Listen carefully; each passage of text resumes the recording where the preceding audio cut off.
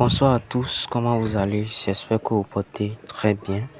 Donc ce fichier, c'est le fichier qui permet au PP de calculer les moyennes. Avant toute chose, je vais vous présenter le fichier. Dans le fichier, vous pouvez voir les différentes matières qui sont là. Donc anglais, EPS, communication écrite, français, lecture. Il y a toutes les matières là. Oui. Donc sur chaque matière, vous avez cette partie. Voilà. Vous avez cette partie. Et il y a deux feuilles. À la fin, la feuille pour la moyenne, calcul des moyennes, et la feuille pour la statistique de la classe. Donc je vais commencer d'abord par la première matière qui est l'anglais. Donc quand vous prenez la première feuille qui est la feuille d'anglais ici, vous allez renseigner le numéro matricule de l'enfant. Par exemple, je vais mettre 12 234 comme numéro matricule de l'élève. Je mets Nicolas, son nom, et Nick, son prénom. Donc vous allez constater que automatiquement quand vous renseignez ceci pour la feuille anglais, c'est automatiquement rempli pour toutes les autres feuilles. Oui, c'est automatiquement rempli. Même pour la feuille conduite, jusqu'à la fin, c'est automatiquement rempli. Ça veut dire quoi? Si vous renseignez pour ça, vous n'avez plus besoin de renseigner pour les autres feuilles. Maintenant, comment ça se passe? Si vous prenez une matière, vous renseignez les notes d'interrogation, les notes de devoir, et le fichier se charge de vous calculer les moyennes.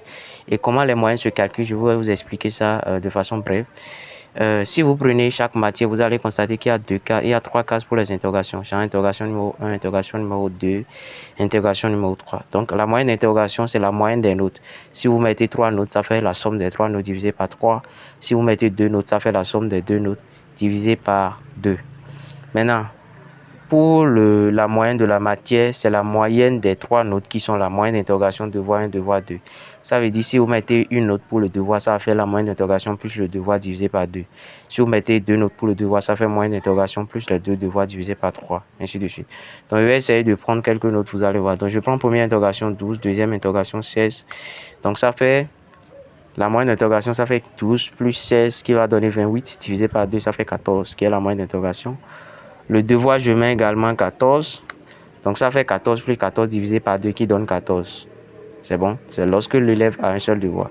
Mais si j'ajoute deuxième devoir 15, donc ça va faire 14 plus 14 plus 15 divisé par 3 qui va donner 14, 33. Et ici, je mets le coefficient de ma matière et ça met le coefficient, la moyenne coefficientée. Sur le coefficient, c'est 2.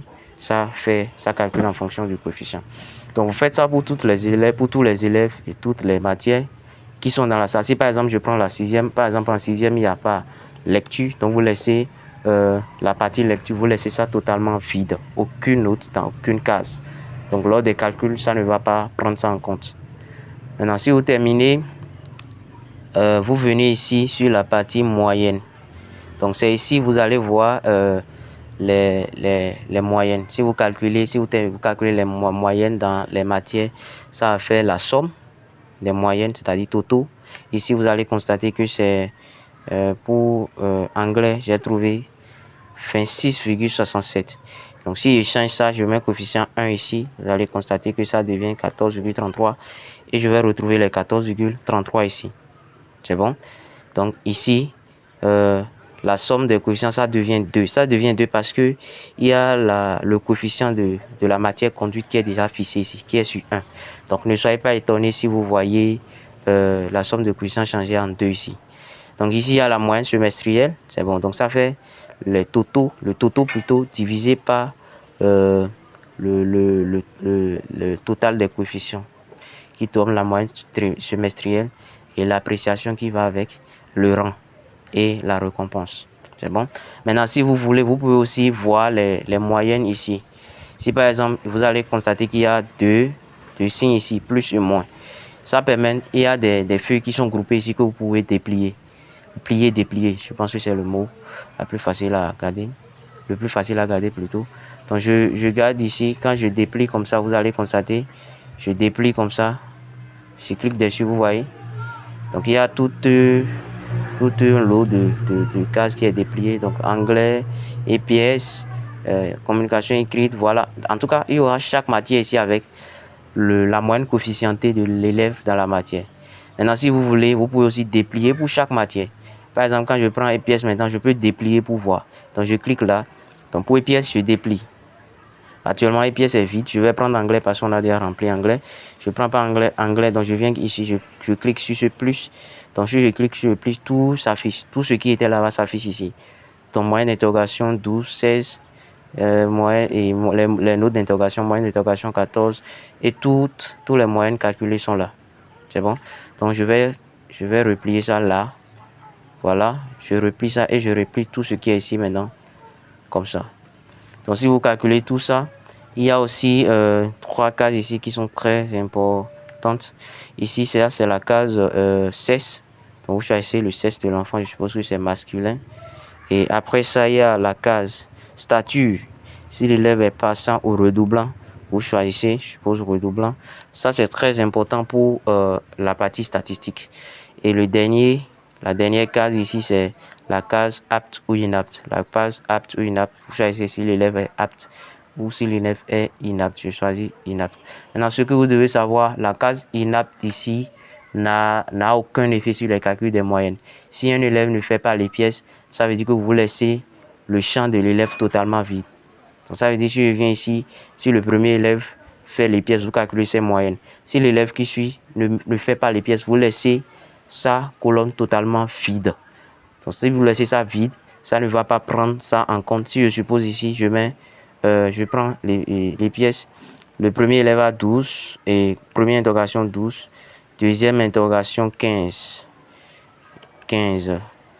et 13 plutôt, c'est pas un problème. Je mets premier devoir 12, deuxième devoir 17 plutôt, 17 et coefficient 0 et coefficient 1. Donc vous voyez, ça calcule la moyenne de cet élève. Je suppose que l'élève qui suit ne fait pas les pièces, donc je laisse sa partie vide et je continue avec l'élève qui fait les pièces. 16, 18, calcul, je prends le premier devoir 19 et deuxième devoir 20 et je mets ici, ça fait, voilà. Donc vous voyez, cet élève qui ne fait pas les pièces, je laisse sa partie vide.